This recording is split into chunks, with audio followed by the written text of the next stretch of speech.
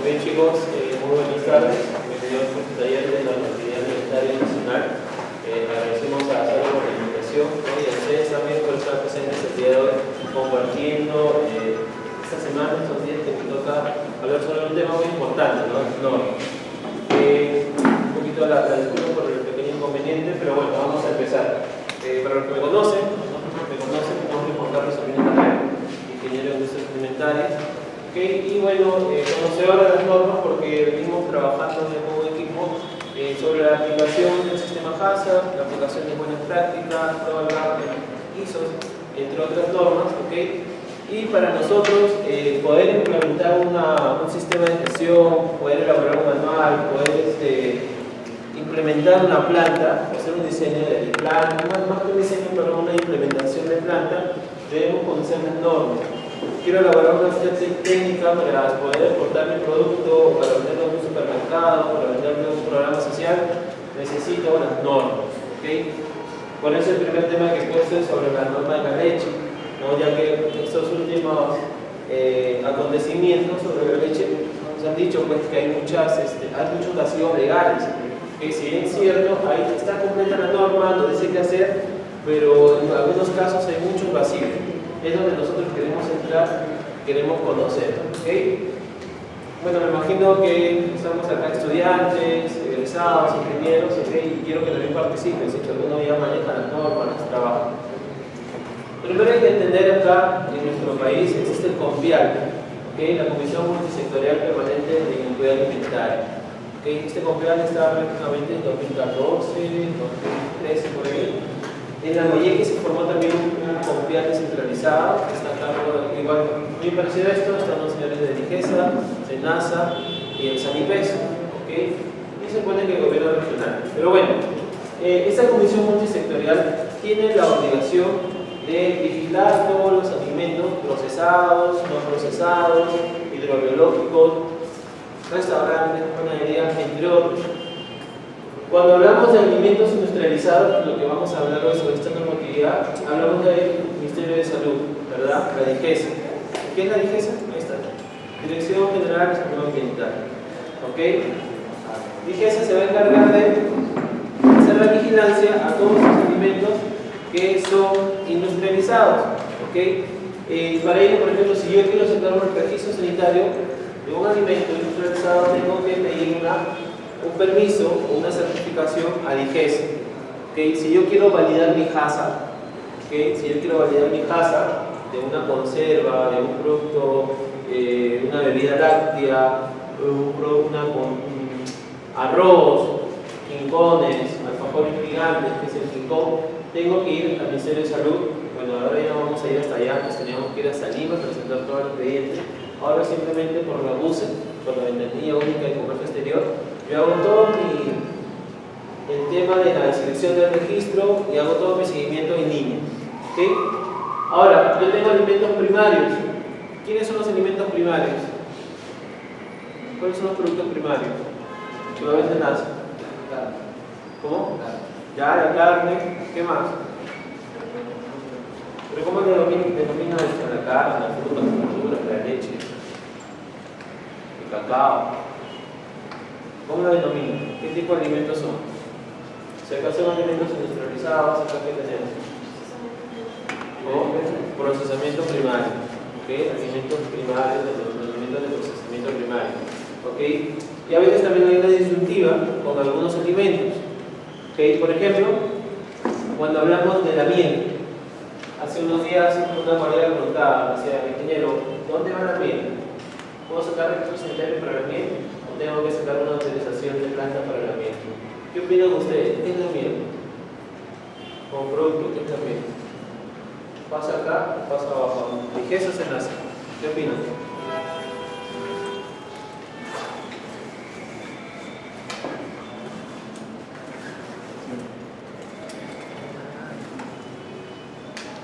¿Qué dicen? ¿Dónde va la miel? ¿Por qué SENASA? ¿Por qué no DIGESA? ¿Qué opinan? Es procesamiento primario, sí, pero ¿por qué no puede ser procesamiento secundario? ¿Por qué no puede ser como un alimento industrializado? si le aplico pasteurización? Si le envaso, ¿qué sello me pasa? ¿Qué dice?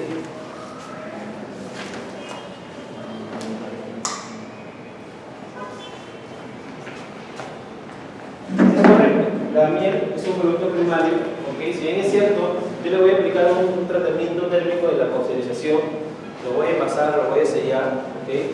Pero así como entra miel, ¿qué sale? Miel. ¿Okay? No hay un tratamiento diferente donde yo diga que este producto puede ser un alimento industrializado. ¿Okay? Pero a diferencia de que entra mango, ¿okay? Y sale conserva de mango, o sale mermelada de mango, o sale una pulpa de mango, ¿okay? Totalmente diferente. ¿Y el sanipés? ¿Conocen qué es el sanipés? Sanipés ve todos los productos hidrobiológicos, ¿okay? Quizá algo también los produce. Acá Senasa, ¿quién lo ve? ¿Qué ministerio? ¿Cuál? ¿Qué ministerio ve lo que es Senasa? Exacto, el Ministerio de Agricultura y Riego, Minagri. ¿Okay? Minagri se encarga de hacer, está bajo la tutela de Senasa, ¿okay? DIGESA está bajo la tutela del Ministerio de Salud, y el SANIPES está bajo la tutela de Ministerio de Producción. ¿Okay? Estas entidades son las encargadas de hacer, son parte de esta comisión multisectorial para asegurar la inocuidad de los alimentos. ¿Okay? Acá creo que ya no vamos a hablar de términos de qué es inocuidad, qué es calidad alimentaria, sino que ya se ve, ¿okay? Pero también tenemos que tener en cuenta que también están las municipalidades, los gobiernos regionales, que están dentro de las comisiones multisectoriales. ¿Okay?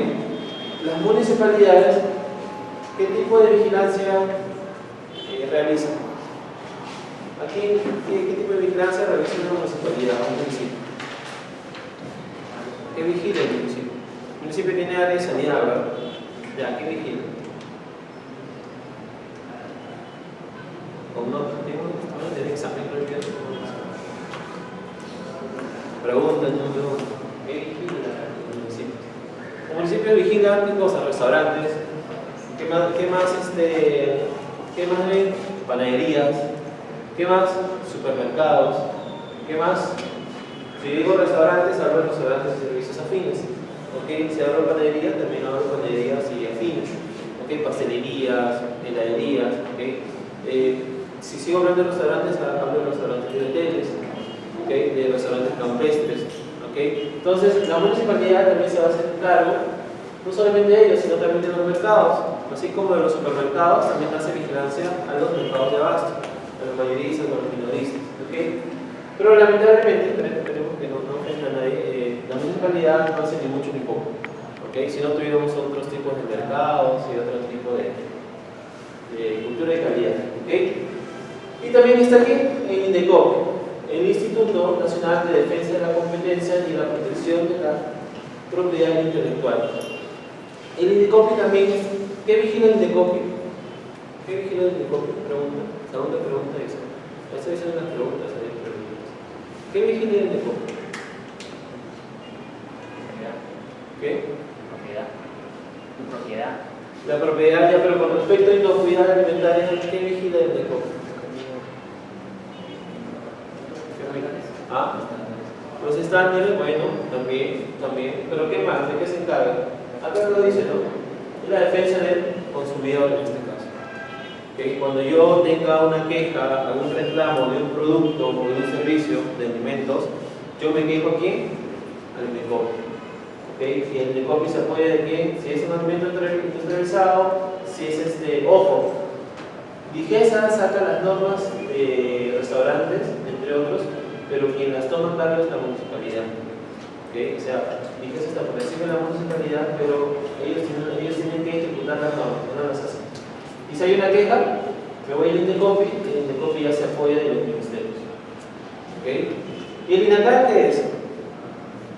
El Instituto Nacional de la Calidad, ¿verdad? ¿Lo conocen? ¿Lo han escuchado? ¿Tiene ya cuánto tiempo? INACAL es el hijo de INDECOPI. Es su cachorro, tiene 2 años recién. ¿Okay? El INACAL exactamente se encarga de lo que son las normas, los estándares. ¿Okay? INACAL también tiene lo que son laboratorios certificados, ¿okay? para ensayos INACAL también tiene los laboratorios de metrología para lo que son medidas, ¿okay? Y acá tenemos las famosas normas técnicas peruanas, ¿okay? Que son un soporte para poder elaborar nuestros requisitos, nuestros manuales de HACCP, entre otros, ¿okay? Y la pregunta es, ¿las normas técnicas peruanas serán de origen voluntario o serán de origen obligatorio? ¿Qué opino? ¿Obligatorio o voluntario? Voluntario. ¿Okay? Las normas técnicas son voluntarias, sí. La consigna que se da en INACAL ahora es que sus normas, bueno, no sus normas, no las normas técnicas peruanas, sean normas obligatorias. ¿Okay? Porque acá tengo estándares, como mencionó su compañero, tengo estándares. Y lo que yo quiero es estandarizar productos, estandarizar procesos. Las normas de IGESA, las normas de SENASA, las normas de SANIPES, ¿serán normas obligatorias o serán normas voluntarias? Las de acá son normas obligatorias, correcto. ¿Okay? Entonces, eso también tengo que tener en cuenta. Las del INACAL, las normas técnicas peruanas del INACAL, me sirven como un apoyo para la elaboración de un sistema de calidad, cualquiera. ¿Okay? Entonces, ahí voy a tener un apoyo. Una norma sanitaria, ¿la podré cumplir a un 60%, 70%? ¿Qué opinan? Es una norma obligatoria. ¿La puedo cumplir al 70%? ¿Cuánto? A un 100%, correcto. Esas normas deben cumplirse al 100%, igual las de acá. Si yo la uso como una herramienta, una base, también tendré que cumplir al 100%. ¿Okay? Entonces, es importante que primero conozcan qué es el COMPIAL, la Comisión Multisectorial Permanente de Seguridad Alimentaria. Como les mencioné, buscando información sobre el COMPIAL, se diga que en La Libertad y en La Mayeque ya se han formado comisiones provinciales del COMPIAL, o regionales, perdón, del COMPIAL. No ha habido mucha difusión, lamentablemente, ¿okay? Pero ya tenemos aquí en La Mayeque una comisión. Esperemos que hagan algo. Eso ha sido el año pasado y la fecha no hay nada. ¿Okay? Creo que sea un poco mejor, pero en tema de novedad estamos muy... El INACAL, ¿quién es INACAL? El INACAL sacó una noticia este año donde decía que en el Perú solamente el 1% de empresas tienen una certificación de calidad. Imagínense, el 1% de empresas en el Perú tienen una certificación de calidad. Entonces estamos mal, ¿no? Por eso cae. Si tienen un mejor de ese informe, somos mal, ¿no? Por no decir otra cosa. Esta Comisión Permanente de Seguridad Alimentaria nace de este decreto legislativo de 62 y la Ley de Inocuidad de los Alimentos. La Ley de Inocuidad de los Alimentos nace en qué año, recuerdo? En el año 2010, ¿no? ¿Okay? Esa Ley de Inocuidad de Alimentos que le da al Ministerio de Agricultura, ¿okay? Luego en apoyo con Produce y con el Ministerio de Salud, ¿okay? En el artículo 13 piden crear la Comisión Multisectorial Permanente, ¿okay? Estableciendo el objetivo y la formación. Acá tenemos la ley de inocuidad y acá tenemos el reglamento de alimentos, el decreto supremo 034 del año 2008. ¿Okay? Y las funciones que debe tener esta comisión es coordinar las actividades de vigilancia y control de inocuidad de los alimentos, ¿okay? A cargo de las autoridades competentes a nivel nacional. ¿Quiénes son las autoridades competentes? ¿Okay? SENASA, IGESA, las SANIPES, municipalidades, ¿qué más? INDECOPI y el INACAL. ¿Okay? 7 autoridades competentes a nivel nacional. Lo que quiere es promover la armonización y equivalencia de las normas nacionales con las internacionales. Las normas que vamos a ver, ¿han escuchado las normas CODEX? ¿Sí? Una norma CODEX es una norma internacional, ¿verdad? ¿De dónde está ubicada? Aquí pertenece el CODEX. ¿Dónde encontramos el CODEX? ¿Quién lo maneja? ¿Quién? No. Exacto, la ONU con la Organización Mundial de la Salud, la FAO. ¿Okay? Entonces, este códex básicamente primero se aplicó para parte de Europa, ¿okay? Porque Estados Unidos también aplica el códex, pero ahora Estados Unidos, voy a hablar un poco acá, lanza su nueva ley de inocuidad alimentaria, el FISMA, si se escuchaba. ¿Okay? El FISMA, la ley de inocuidad alimentaria, donde también se basa en el códex, ¿okay? Pero si bien es cierto, el códex es un sistema preventivo que tenemos que encontrar los PCCs, pero el FISMA, la ley de inocuidad alimentaria de Estados Unidos, lo que te pide es que ya te da ciertas etapas donde tú debes controlarlas sí o sí. Te da 4 etapas. lo que son proveedores, lo que son saneamiento, lo que es producción y el último que es, se me fue, a ver, producción, saneamiento, proveedores y, bueno, no me acuerdo, ¿qué me voy a acordar? Pues son 4. Y si tú quieres colocar una más que creas que es conveniente para asegurar la inocuidad de los productos, las puedes colocar. ¿Okay? Promover la armonización equivalente de las normas, identificar fuentes de cooperación para el desarrollo de temas transversales de inocuidad de los alimentos y piensos. ¿Okay? Otras normas internacionales que existen, Global Gap. ¿No? ¿Qué es Global Gap? No. ¿Qué es Global Gap? GAP, ¿qué significa? GMP, ¿qué significa? GMP, Good Manufacturing Practice, buenas prácticas de manufactura, ¿verdad? De ahí GAP, buenas prácticas agrícolas. ¿Okay? El Global Gap, que no vamos a hacer hoy porque todo lo que vamos a ver es nacional. Antes era EuroGAP, porque solamente se aplicaba para Europa. ¿Okay? Y ahora el Global Gap es a nivel mundial. Es una norma obligatoria o voluntaria, el Global Gap. ¿Qué dice? Obligatoria, claro, pero que acuerda porque el cliente que está afuera le dice, ¿sabes qué? Te voy a comprar tu producto, pero necesito que tu producto tenga Global Gap. Ah, bueno, caballero. Pero luego es voluntario, luego está ahí del límite. ¿Okay?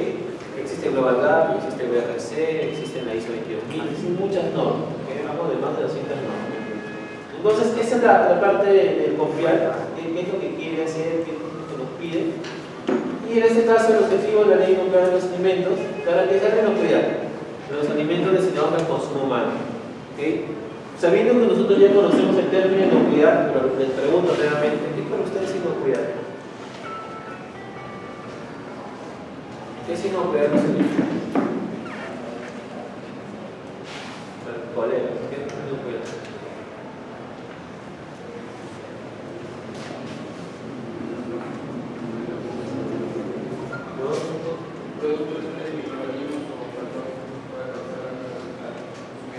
Muy bien, un buen concepto, un producto libre de microorganismos o patógenos que puedan tratar daño al consumidor. Muy bien, solamente microorganismos.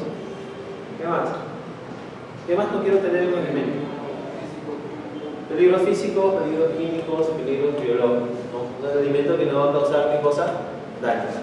¿Okay? Entonces, lo que queremos acá con este confiar, asegurar inocuidad y proteger la vida y la salud de las personas. Porque si yo entrego un producto que está con algún peligro, ¿okay? ¿Qué puede pasar al consumidor? Puede, obviamente, correr un riesgo de intoxicación, de infección, de tratamiento, entre otros. ¿Okay? Entonces la confianza, como hemos visto anteriormente, existen esas entidades, prácticamente por eso es que ahora se quiere abarcar toda la cadena alimentaria, desde los proveedores de insumos y servicios. ¿Okay? ¿Quiénes son los proveedores de insumos y servicios? El tema de los envases, las etiquetas, el tema de todos los suministros para poder elaborar un producto. ¿Okay? Los productores primarios. ¿Quiénes son los productores primarios? Aquellos productos que no pasan por una transformación. ¿Okay? Los transportistas. Si ustedes han visto alguna plantas pequeñas, molinos, por ejemplo, cuando transportan el arroz o transportan, si ustedes van al mercado, cuando vayan a Mechoqueque, por ejemplo, cuando llegan las papas, los yucas, los camotes, esos productos llegan en contacto directo con la tolva del camión, del vehículo. ¿Okay? Entonces lo que se quiere es que acá también se cumplan las buenas prácticas, pero acá nos falta algo muy importante: la cultura de calidad, y mejor, más entendible, la cultura de inocuidad, cosa que no nos enseñan desde que estamos niños. Lo único que todos recordamos es cuando nuestras madres, tías, abuelas llegábamos a casa y nos decían lávate las manos antes de comer, ¿verdad? Pero de ahí, encima te dicen lávate las manos, pero no te dicen cómo tienes que lavar, ¿no? Entonces es un tema que está en falla, ¿no? Nosotros tenemos, un poco para contarles acá en el Perú, una asociación de ingenieros alimentarios e industriales que se formaba hace unos meses, y por ejemplo debatíamos ese tema, ¿no? que en el Perú esos temas de inocuidad deberían enseñarse prácticamente desde la parte ya del colegio, ¿no? A identificar un alimento, a saber leer una etiqueta, ¿no? ¿Saben leer etiquetas? ¿Saben qué significa un código, un aditivo? Sí. ¿Saben qué significa consumir antes de? ¿Saben qué tipo de material se emplea? Ya. Muchas veces no lo sabemos, y si lo sabemos es porque la misma carrera te lo exige o la misma práctica te lo pide. ¿Okay?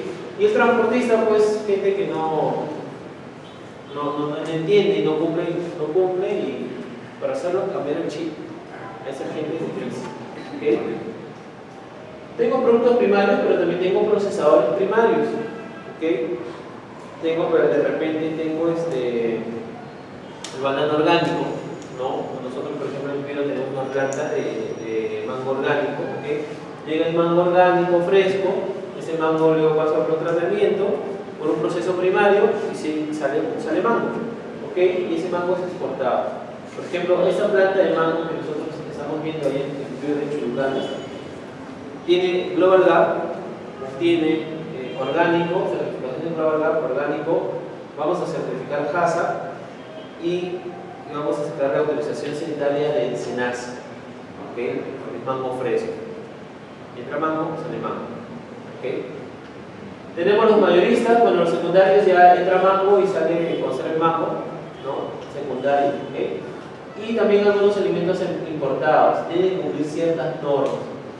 ¿Okay? Cuando llega arroz, cuando llega avena, cuando llega trigo, cuando llega carnes de vacuno, de ovino de otros países, tienen que cumplir con las normas. ¿Okay? Está aduanas, digamos, en los terminales, ¿okay? Está aduanas en el Callao, están en los diferentes terminales recibiendo esa SENASA, ¿okay? Recibiendo esos productos e identificando la calidad y inocuidad de estos. ¿Okay? Tanto para mayoristas como minoristas, nosotros, si vamos al supermercado, vamos a encontrar productos importados. ¿Okay? Y estos productos importados también deberán cumplir con los requisitos de las normas peruanas. Y por último, el consumidor. La pregunta es, nosotros como consumidores, ¿respetamos lo que dice la etiqueta? ¿Respetan lo que dice la etiqueta? La pregunta es más fácil. A ver, ¿cuáles son las condiciones de almacenamiento de un yogur sin abrir? Sellado. Refrigeración, ¿verdad? Pero muchas veces, como justo hablamos con un colega de Gloria, muchas veces el producto llega de planta, de Huachico, donde sea, de Arequipa, llega a los centros de distribución, viene un vehículo frío, ¿okay? Un vehículo controlado a la temperatura, llega a los almacenes de Gloria, ¿okay? Y estos almacenes los distribuyen con frío. O sea, la cadena de frío no se pierde desde la planta. Desde acá, bueno, me voy a transportista, llego a mayoristas, llego a supermercados y sigue la cadena de frío. Pero cuando ese producto llega a minoristas, llega al mercado de abasto, llega a la bodega que tiene en tu casa, ahí se pierde ¿qué cosa? La cadena de frío. Te venden un yogur temperatura ambiente, que no debería. Un experto de quesos, el ingeniero Hugo Valdés, nos mencionaba que para que el yogur cumpla las condiciones de ser un alimento que tenga, digamos, sea bueno para la salud, debe tomarse y debe mantenerse refrigerado. Hablamos de 5 o 7 horas centígrados. Y el consumidor, como les decía, por ejemplo, acá me han respondido que sí, que el yogur debe mantenerse frío, pero muchas veces lo compran a temperatura ambiente, muchas veces lo dejan enfriar en la mesa, 1 hora, 2 horas, y ya te lo tomas rico, pero las características organolépticas o nutricionales que tiene ese yogur simplemente se pierden. Simplemente tomas un bebido. ¿Okay? ¿Qué más pueden conocer del consumidor? ¿Cómo descongelamos carnes? Carne de res, carne de pollo, carne de cerdo, pescados. ¿Cuál es el común denominador de descongelar una carne? ¿Qué se hace? Díganlo sin broche, como lo hace tu mamá, tu abuelita. ¿Cómo lo hace? ¿Cómo? Su compañera, por ejemplo, pone en agua. Okay, muy bien, ya. Eso es una de 3, ahí va una. Okay, prefiero que me digan la mala. La segunda, en agua caliente, ya, estamos ahí, 1 de 3. Seguimos con agua caliente, agua fría. ¿Qué más? ¿De qué otra manera puedo descongelar las carnes? Al medio ambiente, justo se quería que llegue. Al medio ambiente deberías descongelar una carne. No, ¿verdad? Pero mayormente es ese sí. ¿Ok? Saco la carne del congelador, la coloco en la mesa, la saqué a las 7 de la mañana y recién a las 12. La sajo, ¿no? Ya se descongeló, la sajo, la frío y estoy comiendo un caldo de bacterias. Obviamente pasa por un tratamiento de térmico, no aplicas calor. Pero si tú no le das un buen descongelamiento o le das un buen tratamiento, simplemente estás comiendo un caldo de bacterias. ¿Okay? Lo normal de una descongelación de carnes es con agua, chorro, ¿okay? Dejándolo en agua caliente. Lo puedo descongelar en microondas, ¿okay? Pero obviamente sancocho, es parte también del congelamiento. Y también, ¿qué hago? De la congeladora lo bajo en la parte de refrigeración. ¿Okay? Y ahí ya se descongeló y mañana vengo, ya lo saco y ya está listo. Esas son las buenas prácticas de descongelamiento. Pero lo normal que hemos visto es que la mamá, la abuelita saca la carne, la deja ahí toda la mañana y después ya la prepara. Vale. ¿Okay? Esa es parte del consumidor. Y el consumidor a veces lo que hace es no cumplir las normas o no leer las etiquetas. Tuvimos un caso de una empresa que vende productos, tortas, postres en un supermercado. ¿Okay? Y, por ejemplo, ¿qué pasó con este consumidor? Compró su producto, que fue una porción de torta, ¿okay? No leía el etiquetado y lo compró a las 9 de la mañana y llegó a su casa como a la 1 de la tarde con la porción de torta completa. Y cuando llega a su casa, esta porción de torta tenía como parte de sus insumos durazno, ¿okay? En verano. ¿Okay? Entonces llegó a su casa, abrió su torta, comió su torta y el durazno estaba ya agrio, ya se había fermentado por el calor. Este cliente llegó a supermercados a dar su queja, ¿okay? Hizo su queja, hizo su reclamo, tanta cosa, y nos llaman de la planta y dicen, por favor, vean este caso. Vamos a ver, y le preguntamos, señor, ¿usted qué le salió? Quiero comprar su producto. Lo compré en 9, tiene su voucher, sí, aquí está, nuevamente. Yo quiero lo consumió. Es que la gente es inocente, porque sabe. Es que me fui a comprar, me fui por acá, por aquí, por allá. A la 1 de la tarde recién comí mi torta. Ya. Entonces la pregunta es, señor, ¿usted ha leído lo que dice la etiqueta? No, no he leído, lea un punto, como dice, mantener este producto refrigerado.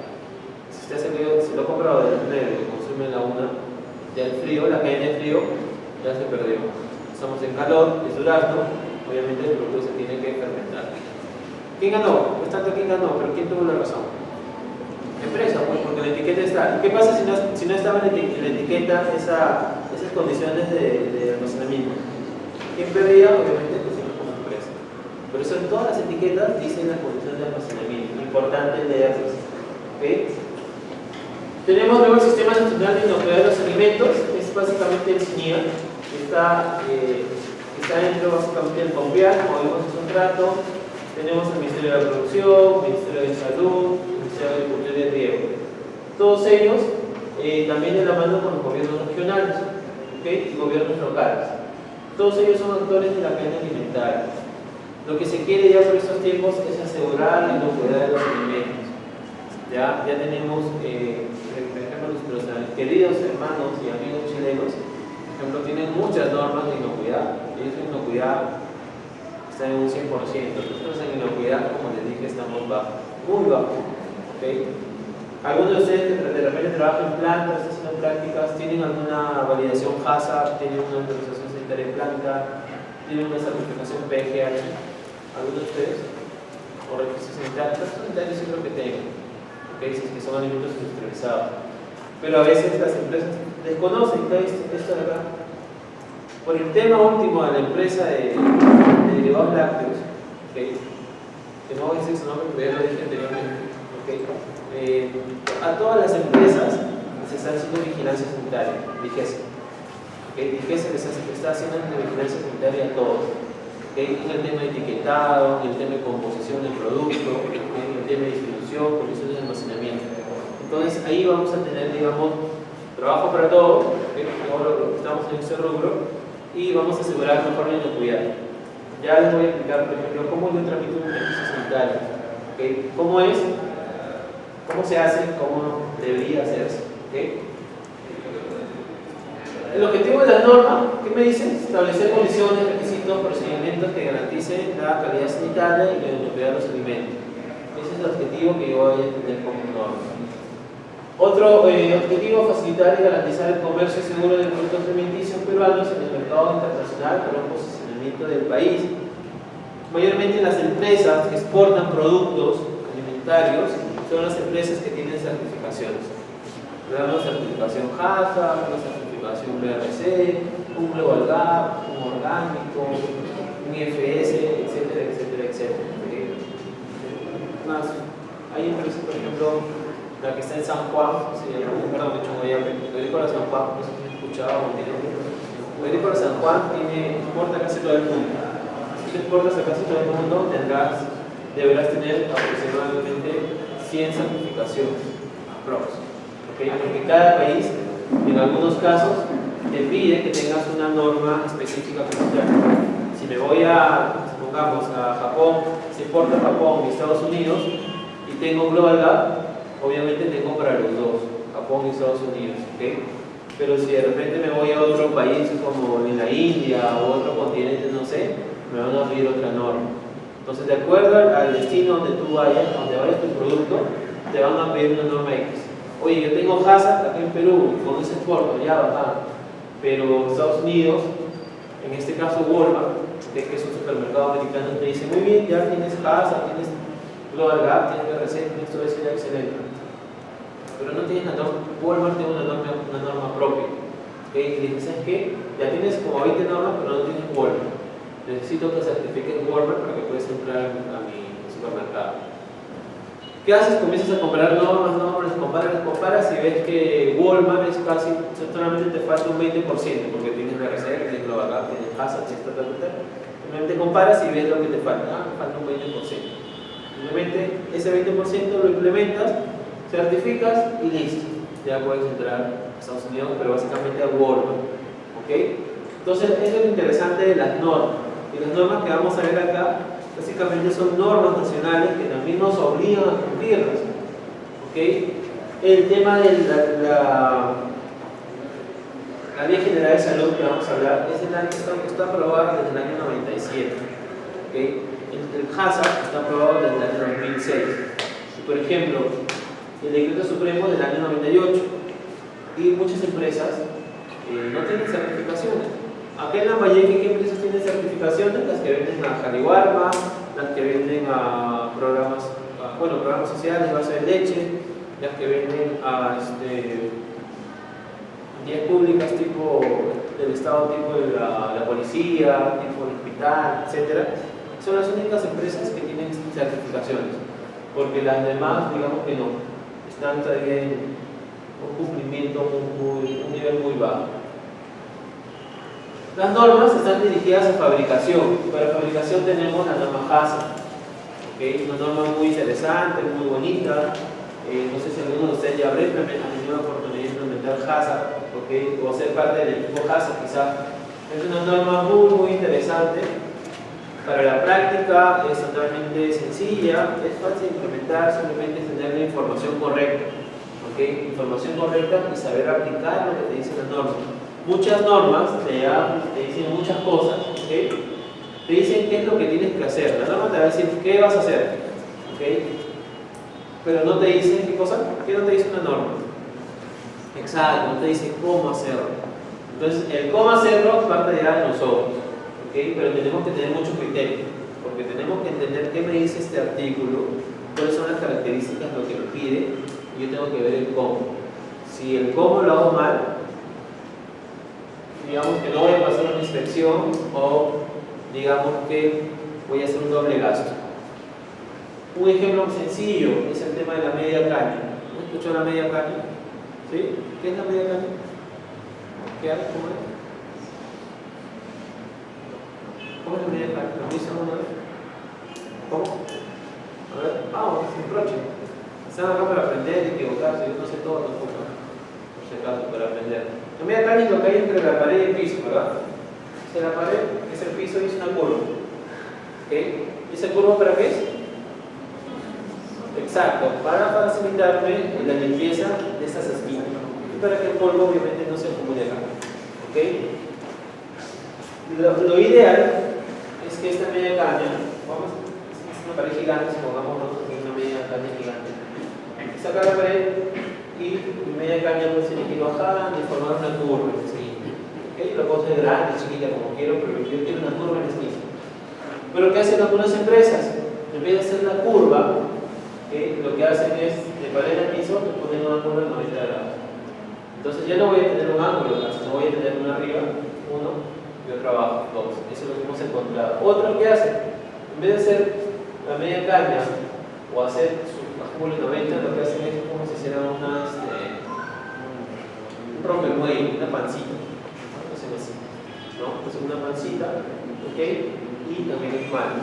Entonces, vieron, la norma les dijo, las uniones entre la pared y el piso deberán tener una unión a media caña, zócalo sanitario o esquina sanitaria, no sé, para facilitar la limpieza. Ah, ya leí eso, pero cuando lo implemento otra cosa.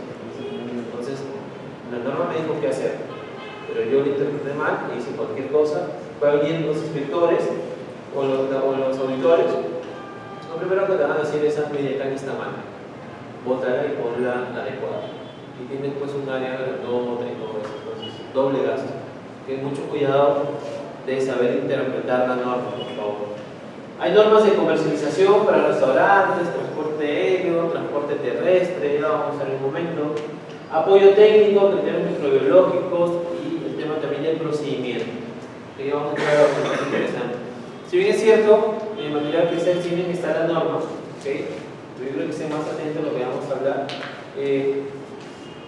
Hay mucha información de la norma. Hacer un resumen de una norma es complicado, porque como les mencioné al inicio, ¿a cuánto tengo que cumplir una norma? ¿Un 20%, 50%, 89%, 99%? Tengo que cumplir el 100%. No, entonces para cumplir un 100% tengo que hablar toda la norma como tal. ¿Okay? Pero vamos a ver quizá los puntos más importantes. Tenemos la norma, la 449 del año 2006. Es la norma HACCP, norma para la aplicación del sistema HACCP, ¿okay? En la fabricación de alimentos y bebidas. Miren en qué año ha sido aprobada. 17 de mayo de 2006. La norma, en sus disposiciones finales, te dice: esta norma ha sido aprobada, tiene 6 y las empresas tienen 6 meses para su aplicación y validación del HACCP. ¿Cuántas empresas tienen HACCP en la Belleca? Pocas, poquísimas. Hay un montón de empresas ahí. Molinos hay más de 100, quinconeras hay más de 50, plantas de agua habrá más de 20, restaurantes habrá más de 500 restaurantes, o sea, no hay. El tema de, por ejemplo, con el tema de restaurantes, que nos habló APEGA, muchos de APEGA, Atención Peruana de Gastronomía, que con el INCETUR, lanzan también una noticia y menciona que en el Perú solamente el 0.8% de empresas, de restaurantes, cumplen con certificación de restaurante como tal. Y hablaba de casi cerca de 8 millones de restaurantes, como 20.000, 80.000 restaurantes en Perú, ¿okay? Solamente 800 estaban con certificaciones, imagínense. Entonces, ¿cuánto de oportunidades laborales tenemos nosotros, los alimentarios, los industriales, todo, en poder implementar una norma? Hay bastantes oportunidades. Tenemos una norma para la fabricación de alimentos a base de granos y otros destinados a programas sociales. ¿Okay? Entonces acá hablamos de las mezclas fortificadas. ¿Okay? Hay empresas, ¿okay? Si bien es cierto que existe el jalibarro, pero también existe el vaso de leche. ¿Okay? El vaso de leche se encarga de comprar a proveedores a plantas de harinas y mezclas fortificadas que usen granos. ¿Okay? Pero estos granos que vamos a ver más adelante tienen que cumplir ciertas características, no es cualquier grano. ¿Okay? Tiene que cumplir características de inocuidad por sí. Este es un reglamento que lo he mencionado, ahora vamos a hablar, ¿okay? Sobre cuando se prohíbe el uso de bromato de potasio, ¿okay? En la elaboración de pan y otros alimentos. Se supone que esa norma también está desde el año 2005, ¿okay? Porque salieron informes que el potasio es un producto que puede causar un cáncer o una enfermedad. ¿Okay? Entonces por eso se prohíbe en el Perú. Pero nuestros amigos paneros por debajo siempre le colocan bromato de potasio, ¿no? Para que agarre esa textura o ese tamaño que uno desea en el campo. Esta es una norma interesante, que digamos, no necesariamente nosotros hemos visto que se aplique, yo he tenido la oportunidad, pero es una norma sanitaria para los servicios de alimentación a pasajeros de medios de transporte aéreo. Entonces, también para yo poder ofrecer alimentos en un transporte aéreo, tengo que cumplir con la norma sanitaria. Cuando veamos todo al final, se van a dar cuenta que todo nace de una norma madre. Todo esto, lo que vamos a hablar, está en una norma madre. Me leo esa norma madre y me aprendí todas las normas. Ya al final, y este tema de acá también se aplica para transportes terrestres. Ustedes han tenido la oportunidad de viajar en avión. Por ejemplo, la última vez que yo viajé en LAN, no te dan comida preparada por ahí, así que, digamos, yo tengo mayor contacto, pero por ejemplo te dan maní, de frutos secos, te dan una galleta, te dan una bebida que te sirve en ese momento. Yo que soy meloso con el tema de las etiquetas y todo, a mí me tocó un producto que estaba próximo a vencer, ¿no? Obviamente, como es un producto próximo a vencer, todavía se puede consumir. Se puede consumir, pero no es que se va a vencer, no puedo consumir. Otra vez me tocó un producto que estaba con un aviso sanitario que no era vigente. Entonces, yo lo que podría decir es que las aerolíneas no tienen un área de calidad que esté haciendo vigilancia a sus productos. La norma de autoservicios, la norma de supermercados, Plaza Vea, Lotus, Metro, Macro, o entre otros, tienen que cumplir esta norma, la 1653, norma para funcionamiento de autoservicios. Entonces es importante que yo también conozca y sepa la norma de autoservicios. Cuando ustedes van a los supermercados, se dan cuenta que también cumplen con los requisitos sanitarios, ¿no? Luminarias protegidas, manejo de cámaras, de equipos de frío, el personal cumple las buenas prácticas. Entonces, es importante también que entiendan esta norma. Cuando ustedes se han dado cuenta de repente, fueron alguna vez a un supermercado X y quisieron llevar o compraron una torta, y en la torta hay un sticker donde dice la fecha de producción y fecha de vencimiento. ¿Sí? ¿Verdad? Todos nos recordamos esa figura, pero si se dan cuenta, si alguien ha sido más detallista, la comprado otro día de repente, pero hay un detalle, que el sticker o los stickers que están en exhibición de las tortas son de diferentes colores. No sé si han visto. Había una torta de chocolate con un sticker rojo, había la misma torta de chocolate con un sticker verde, había la misma torta de chocolate con un sticker blanco. Ya han llegado a darse cuenta. Cada color que hay en esos productos significa un día. Por ejemplo, lunes rojo, martes verde y miércoles blanco. Entonces, si yo voy al supermercado y hoy estamos miércoles, ¿yo qué tengo que comprar? ¿Rojo, verde o blanco? ¿Qué es? Me voy miércoles, y ahí hay tres tortas de color: una roja, una verde y una blanca. ¿Cuál consumo? Si hoy estamos miércoles. Exacto, la blanca, porque la blanca se aprovecha el miércoles. Por si acaso no son los colores, yo he trabajado en supermercados, pero no me recuerdo, son 7 colores. Pero la idea es, el ejemplo que voy es que si tú ya conoces los colores, sabes que el miércoles es blanco, entonces llevo la blanca. Pero a veces la gente como no conoce, lleva la roja. Y la roja se me dice que esa torta tiene más de 2 o 3 días. Entonces, en supermercados, con el tema de tortas, el tema de empanadas, postres, se maneja cada día con color. Igual en almacenes, cuando llegan los productos de las sedes centrales de Lima, también llegan con color. Cada día tiene un color, cada mes tiene un color. Hay productos que tienen, digamos, un mes, 2 meses de vida útil, o 3 o 6 meses o más. Cada mes también tiene un color, desde enero a diciembre. Esa es parte de las buenas prácticas. Y eso no está normado, por ejemplo. Eso, digamos, lo hace la empresa con el fin de poder asegurar qué cosa, la rotación del producto. ¿Okay? Acá lo que queremos con el tema de los supermercados es cómo, de qué manera están rotando los productos. Es más, si ustedes son más detallistas, yo sé que Metro lo hace por bien trabajado, las empanadas de carne, de pollo, obviamente que están en exhibición en el área de confitería, por ejemplo, cada día tiene un símbolo. Cada día tiene un símbolo, ¿okay? Por ejemplo, el lunes es una U, ¿okay? Que lo ponen con una especie de, digamos, tenedor. Martes es otro símbolo, miércoles es otro símbolo, jueves es otro símbolo, viernes o domingo son símbolos diferentes. Y eso no lo conoce el consumidor, lo conocen los de calidad.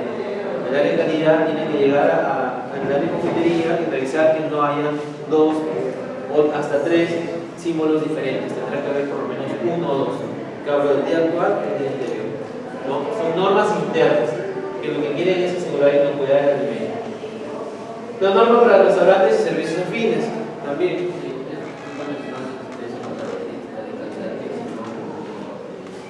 Nosotros lo mandamos, eran normas de calidad propias de la empresa. Normas de calidad. La de los etiquetados, por ejemplo, etiquetar que contiene leche o... Ah, no, que no por ese lado. Eso también es una característica. Esas normas de etiquetado, que sí te lo pide la norma, te obliga a que hayas rotulado. Pero la otra norma de diferenciar colores es algo interno, una buena práctica de la empresa, una buena práctica empresarial, porque no hay una norma específica donde te diga tú los lunes la vas a poner rojo, los martes la vas a poner verde, no. Digamos que Metro lo trabaja así, Plaza B lo trabaja de otra manera. Son, digamos, herramientas de calidad, propias, internas, que ustedes también las podrían trabajar. ¿Okay? Y en restaurantes también, lo que me piden en las normas de restaurantes, todo lo que vamos a ver todo este tema, todo va relacionado con la inocuidad del alimento. La norma para restaurantes, pregunta es cuántos restaurantes en Lambayeque, en el departamento, tenemos con certificación de restaurantes. Supuestamente el año pasado la Municipalidad de Chiclayo lanzó un concurso de restaurantes saludables, ¿okay? Donde se presentaron cerca de 200 restaurantes en Lambayeque, pero solamente clasificaron o llegaron a certificarse algo de 30, de 230, ¿okay? Pero ahí no va el detalle. El detalle es porque tuvimos la oportunidad de ver los certificados de este concurso que hizo la municipalidad. El detalle es que decía, restaurante X cumplió con las buenas prácticas de atención al cliente, por eso tiene la certificación de un restaurante saludable. O sea que tiene que ver atención al cliente con inocuidad. Entonces te das cuenta porque dicen una cosa, una chimatrufia, algo así. Cosas al revés. Hay que hacer cumplir las normas. Si ustedes se meten a esto, tienen bastante oportunidad. ¿Ok? Y bueno, esta es lo ultimito, ¿no? Que salió recién el 30 de junio de 2017. Las normas en realidad cambian cada vez que hay alguna observación, cada vez que hay de repente alguna alerta sanitaria, cada vez que nazca de repente un nuevo peligro, o cada vez que una norma internacional se modifique, también se modifican las normas peruanas, ¿ok? Esto ya, bueno, ya sabemos por qué fue el detalle, no ha sido el roche, ¿ok? El Decreto Supremo que aprueba el reglamento de la leche y productos lácteos. Es el Decreto Supremo número 007 de 2017, pero ¿de quién? Vinagre. ¿Ok? Hay un tema también de... La leche es vinagre con cenaza o digesta, la leche como tal. Cenaza. El yogur, cenaza o digesta. El queso, cenaza y digesta. ¿Qué? El queso. ¿Verdad? La mantequilla, cenaza y digesta. Digesta, ¿verdad? O sea, solamente al vinagre le corresponde la leche, nada más. ¿Okay? No es derivado del lácteo o el producto lácteo. ¿Okay? Y ahí también hay unos roches. Igual como el chocolate. ¿El chocolate a quién le pertenece? ¿Quién tiene las competencias? ¿Cenaza o digesta? Digesta, ¿verdad? Y el cacao, cenaza o digesta. Cenaza. Entonces es bueno también tener en cuenta cuándo es cenaza, cuándo es digesta. Obviamente si yo digo pescado, al toque voy a ir a pesa. ¿Okay? Pero eso también hay que tener en cuenta. Entonces esto lo publicó Vinagre, ¿okay? Con cenaza, donde se aprueba el reglamento de la leche y productos lácteos. El reglamento de la leche y productos lácteos entrará en vigencia en los próximos 6 meses. O sea, básicamente ¿cuándo? En diciembre o enero a más tardar. Pero como estamos en el Perú, país de las maravillas, ¿okay? Vamos a tener que esperar buen tiempo. ¿Okay? Y es más, a veces, ¿qué pasa en nuestro país? Se elaboran decretos supremos, se elaboran leyes, pero luego unos meses las derogan. ¿Okay? Es como una ley que vamos a ver acá, que salió, que ya iba a cumplirse, que iba a ser un beneficio para las empresas, un beneficio para los consumidores, pero se derogó. Y digamos que va a seguir la informalidad en nuestro país con respecto a alimentos. Entonces, en 6 meses recién se va a poner en vigencia este lindo decreto supremo. Y vamos a tener que esperar a ver acá hasta diciembre o enero, esperando que no lo deroguen en el camino. ¿Okay? Dice, plazo que tendrán las empresas relacionadas al sector lácteo para adecuarse a las nuevas disposiciones. ¿Okay? Desde la parte primaria, ¿okay? Hasta la parte ya de procesamiento como tal. Acá, como verán en esta imagen, es la etapa primaria, ¿no? Lo que es el ordenamiento de la vaca. ¿Okay? Entonces simplemente acá debo cumplir con las buenas prácticas ganaderas. ¿Okay?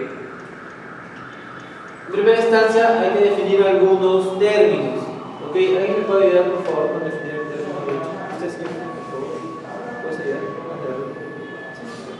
Secreción mamaria normal de animales lecheros obtenida mediante uno o más ordeños de ningún tipo de adhesión o extracción, destinada al consumo en forma de leche líquida o elaboración de. Entonces, por ejemplo, la leche es una secreción mamaria normal. ¿De quién? De animales lecheros. ¿Quiénes son animales lecheros? ¿Pero todos? Todos son animales lecheros, para la gran mayoría, ¿no? En hembra. Pero hay productos que se pueden consumir como otros no. No creo que estén tomando leche de gato, ¿no? Sería algo loco, ¿no? Pero sí de quién? De una vaca, de un caprino, ¿qué más? ¿De quién? Ovinos, ¿ok? Entonces ahí tengo ya animales lecheros, ¿ok? Sin ningún tipo de adición o extracción, o sea, digamos, no le quito caseína, no la extremo, no tampoco no la ¿cómo se dice? No la concentro, ¿ok? Simplemente la leche que ordeño y ya lo tomo, ¿ok? Que en forma líquida o de elaboración ulterior, vamos a ver qué significa exactamente ese término, pero debemos conocer que es la leche es una secreción mamaria normal de animales lecheros, ¿ok? Del ordenamiento. Producto lácteo, ¿quién me ayuda? ¿Ustedes qué?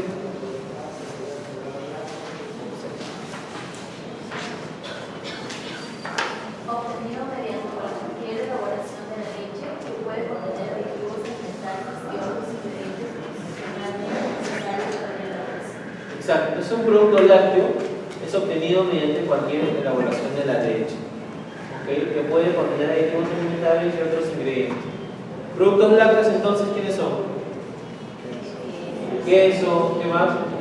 El yogur, la mantequilla, ¿okay? ¿Cuál es la vida útil de un yogur? La vida útil ¿cuál? De un yogur. ¿Cuánto creen? ¿Cuántos meses? ¿2 meses? ¿3 meses? ¿4 meses? ¿6 meses?